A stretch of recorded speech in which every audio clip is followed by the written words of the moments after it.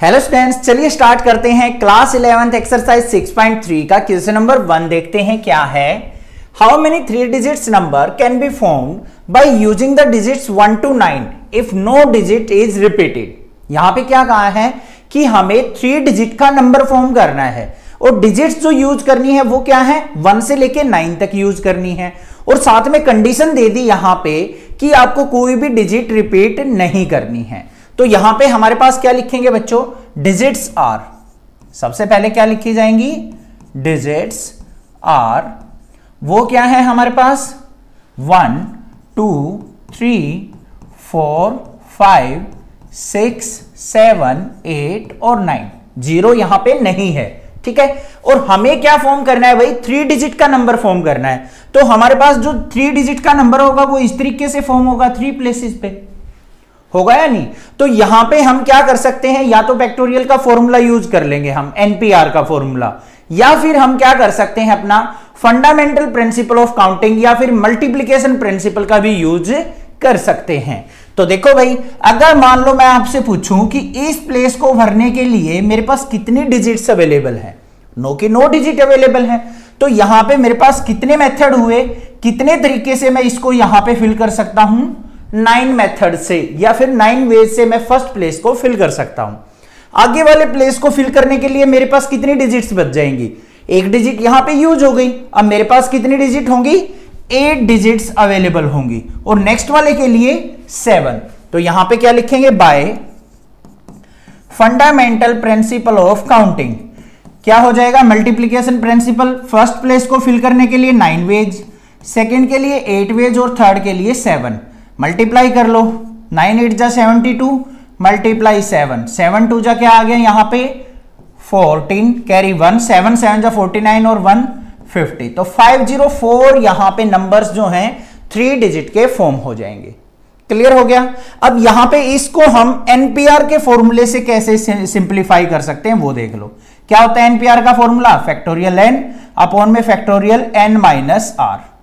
अब ये एन और आर क्या होता है, एन होती है हमारे पास पॉसिबल वैल्यूज और आर होता है हमारा रिजल्ट। बस ये चीज ध्यान देनी है, एन क्या होता है, नंबर ऑफ पॉसिबल वैल्यूज, और आर होता है हमारा रिजल्ट, जो भी चीज हमें फॉर्म करनी है। अब यहां पे बच्चों देखो हमारे पास पॉसिबल वैल्यूज कितनी है, 9। तो हम यहां पे फॉर्मूला लगाएंगे 9 पी आर। आर का मतलब क्या है, हमें कितने डिजिट्स का नंबर बनाना है, 3 डिजिट का। तो np3 फाइंड आउट कर लेंगे। तो ये क्या हो जाएगा, फैक्टोरियल 9 अपॉन में फैक्टोरियल 9 माइनस 3। सिंप्लीफाई करो, फैक्टोरियल 9 को लिखेंगे तो 9 multiply 8 multiply 7 multiply 6 factorial divide by 9 minus 6 क्या हो गया, सॉरी 9 माइनस 3 6 फैक्टोरियल। तो 6 से 6 कैंसल, इसकी मल्टीप्लाई देखेंगे तो आंसर क्या आएगा, 504 ही आएगा। इतने नंबर ऑफ वेज से हम यहां पे 3 डिजिट के नंबर बना सकते हैं।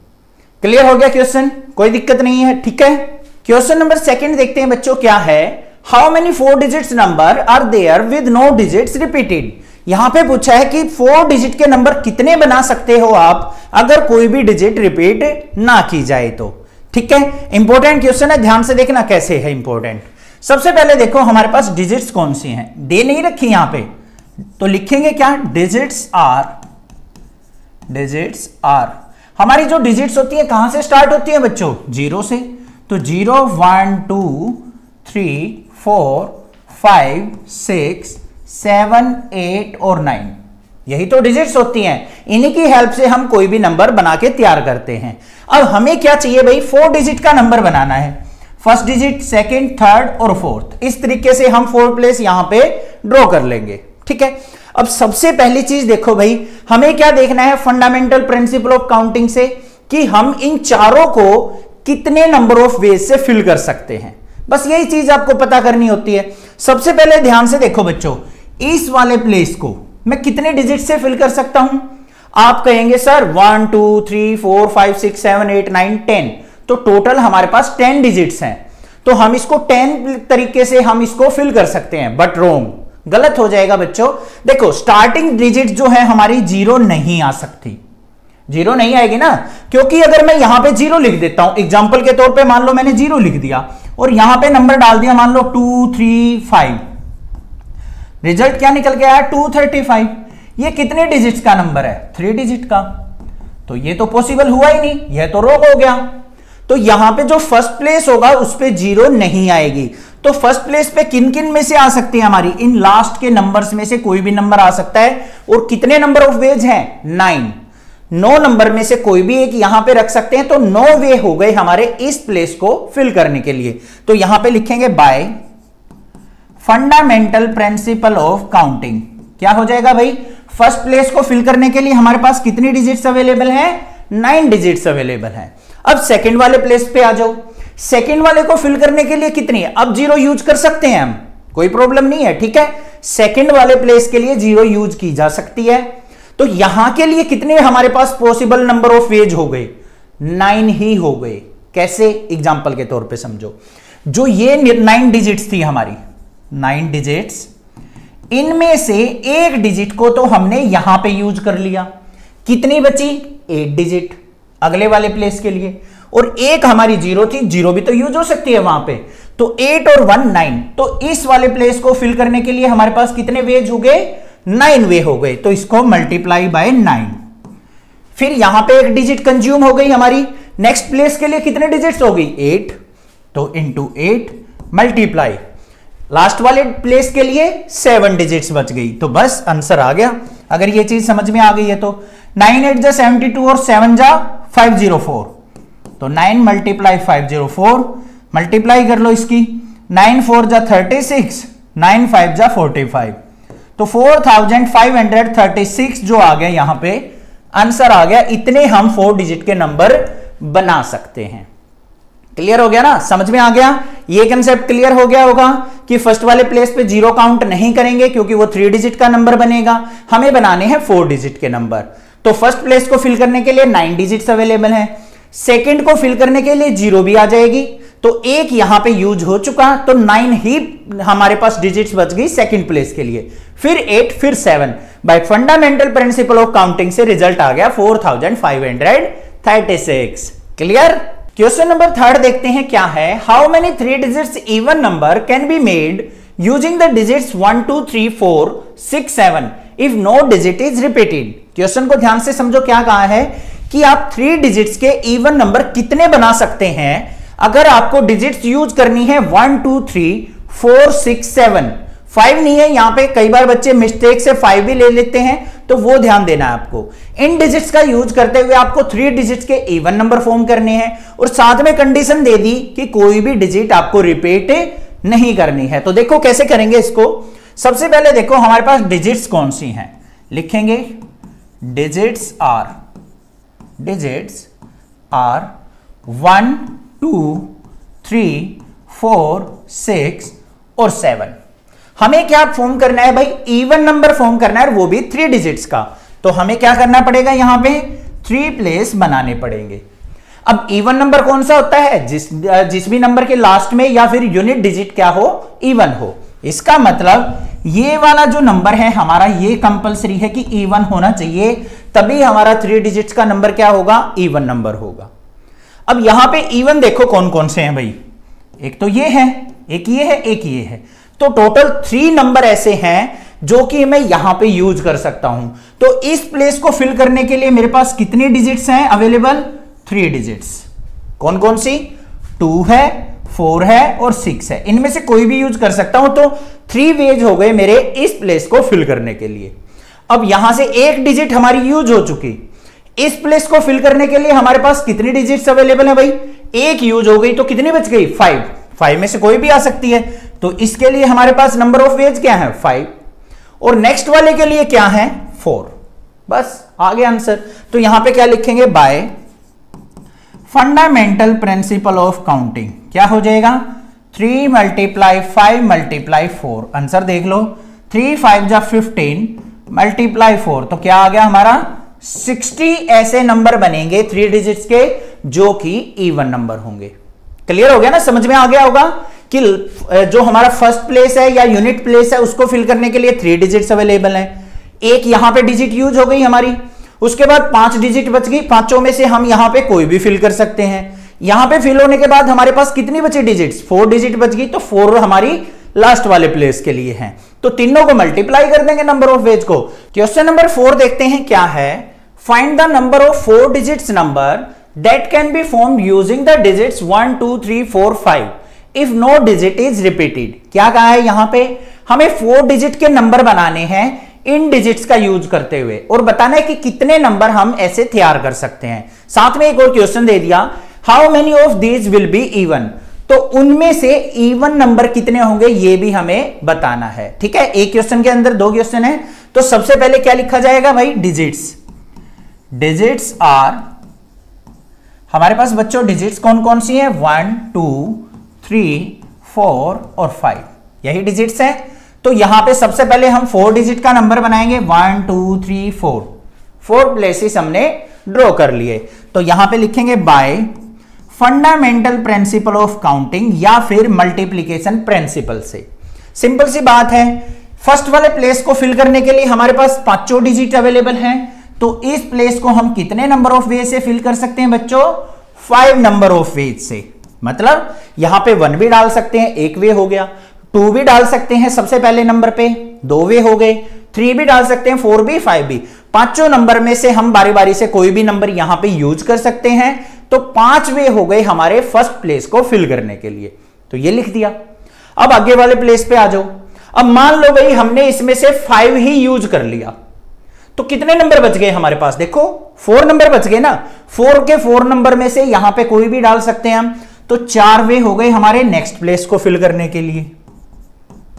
उससे अगले वाले प्लेस के लिए कितनी डिजिट्स अवेलेबल है, मान लो 4 और 5 यूज हो गया, तो 3 डिजिट्स अवेलेबल है, तो यहां पे 3 वे हो गए, और इसको फिल करने के लिए 2 वेज बच गए। तो यहां पे क्या आ जाएगा, 3 × 2, आंसर क्या आ गया, 5 4 जा 20 मल्टीप्लाई 3 2 जा 6 6 2 जा 120। यहां पे क्या आ गए, हमारा आंसर आ गया कि 4 डिजिट्स के 120 नंबर्स या 120 हम यहां पे नंबर फॉर्म कर सकते हैं। क्लियर हो गई बात। अब हमें क्या करना है, इवन नंबर्स। इवन नंबर्स वो कितने फॉर्म होंगे भाई, वो ध्यान से देख लो, ये इंपॉर्टेंट चीज है। बाय मल्टीप्लीकेशन प्रिंसिपल, ये भी लिख लेते हैं MP। ठीक है, तो यहां पे देखो बच्चों, इवन नंबर बनाना है हमें।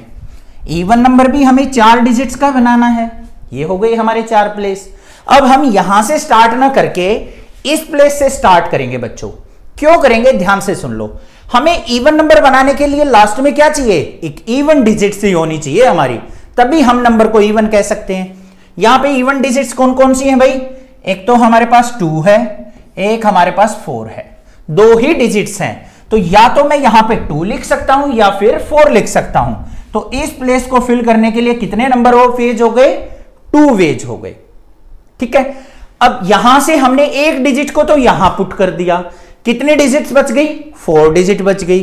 तो इस प्लेस के लिए मेरे पास 4 डिजिट्स अवेलेबल है। फिर हमारे पास 3 डिजिट अवेलेबल है, फिर 2 डिजिट्स अवेलेबल है या नहीं है, कोई दिक्कत नहीं है ना। एक एग्जांपल से समझाता हूं, थोड़ी सी लंबी वीडियो बेशक हो जाए, कंसेप्ट क्लियर होना चाहिए। लास्ट वाले प्लेस के लिए मेरे पास क्या था भाई, 2 या 4, तो यहां पे मैं डाल सकता हूं 2 या 4 में से कोई भी एक नंबर। तो कितने तरीके से डाल सकते हैं, या तो 2 लिखूंगा या 4, 2 वे हो गए। अब मान लो बच्चों मैंने यहां पे 2 डाल दिया, 2 यूज होने के बाद कितने डिजिट्स बच गई, 1 3 4 5। यहां पे क्या क्या आ सकते हैं, 1 3 4 और 5, 4 वेज हो गए हमारे इसको फिल करने के लिए। अब मान लो मैंने यहां पे 1 यूज कर दिया, इस वाले प्लेस के लिए कौन सी डिजिट बच गई हमारे पास, 3 4 5। अब मान लो यहां पे मैंने 3 यूज कर लिया, तो नेक्स्ट वाले प्लेस के लिए क्या बचा, 4 और 5। अब देखो इसको फिल करने के लिए 2 नंबर थे, तो 2 वे हो गए। इस नंबर को फिल करने के लिए 4 पॉसिबल सॉल्यूशन थे, तो 4 वे हो गए। इस नंबर को फिल करने के लिए 3 नंबर अवेलेबल थे, तो 3 वे हो गए। और इसके लिए 2 ही नंबर बचे हैं, तो 2 वे हो गए। क्लियर हो गई ना अब तो बात, कोई दिक्कत नहीं होनी चाहिए। तो यहां पे मल्टीप्लीकेशन प्रिंसिपल से क्या हो जाएगा, 2 × 3 × 4 × 2। आंसर क्या आ गया, 2 3 जा 6 6 4 जा 24 24 2 जा 48। ये आंसर हो गया। 48 जो होंगे 4 डिजिट्स के इवन नंबर होंगे हमारे पास 120 में से। क्लियर, चैनल को जरूर सब्सक्राइब कर देना। ठीक है, क्वेश्चन नंबर 5 देखते हैं बच्चों क्या है। From a committee of 8 persons in how many ways can we choose a chairman and a vice chairman assuming one person can not hold more than one position. Important question, इस question को mark करेंगे और यहां पे इस type की word problem में use करते हैं हम परमुटेशन का फॉर्मूला। और कैसे यूज किया जाएगा चुटकियों में समझ में आएगा, बस चिंता मत करो, मैं आपके साथ हूं। सबसे पहले स्टेटमेंट को देखो क्या है भाई। 8 पर्सन्स इकट्ठा हुए हमारे नियर बाय एरिया से, उन्होंने एक कमेटी का गठन किया। वो डेवलपमेंट पर्पज के लिए भी हो सकती है, एजुकेशनल पर्पज के लिए भी हो सकती है, या कोई और पर्पज के लिए भी हो सकती है। अब बात यहां पे आ गई कि उन 8 पर्सन्स में से एक तो चेयरमैन बनेगा, एक वाइस चेयरमैन बनेगा। कंडीशन साथ में दे दी कि एक आदमी को दोनों पोजीशन नहीं मिल सकती, चेयरमैन अलग होगा और वाइस चेयरमैन अलग होगा। तो हमसे पूछा है कि कितने नंबर ऑफ वेज यहां पे होंगे चेयरमैन और वाइस चेयरमैन को सिलेक्ट करने के। समझ में आ गई ना बात। अब ध्यान से देख लो भाई। सबसे पहले देखो हमारे पास टोटल पर्सन कितने हैं 8, उन्हीं में से तो सिलेक्ट होना है। तो यहां पे क्या लिखेंगे हम, टोटल पर्सन। टोटल पर्सन वो क्या है 8। अब जो टोटल वैल्यूज होती है ना बच्चों, वो हमारी किसके इक्वल होती है, n। मतलब नंबर ऑफ पॉसिबल वैल्यूज को हम क्या लिखते हैं, n लिखते हैं। लिखने की जरूरत नहीं है, माइंड में रखना, वो समझाने के लिए बताया मैंने। उसके बाद कितने सिलेक्ट होने हैं भाई, एक तो चेयरमैन सिलेक्ट होना है, एक वाइस चेयरमैन, तो 2 पर्सन सिलेक्ट होंगे। और 2 किस में से सिलेक्ट होंगे, 8 में से। तो यहां पे लिखेंगे 2 पर्सन सिलेक्टेड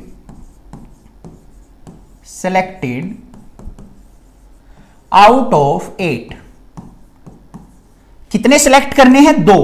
तो ये वैल्यू किसकी हो गई, r की। r2 है, n हमारा 8 है। अब फॉर्मूला क्या लगेगा हमारा, npr का।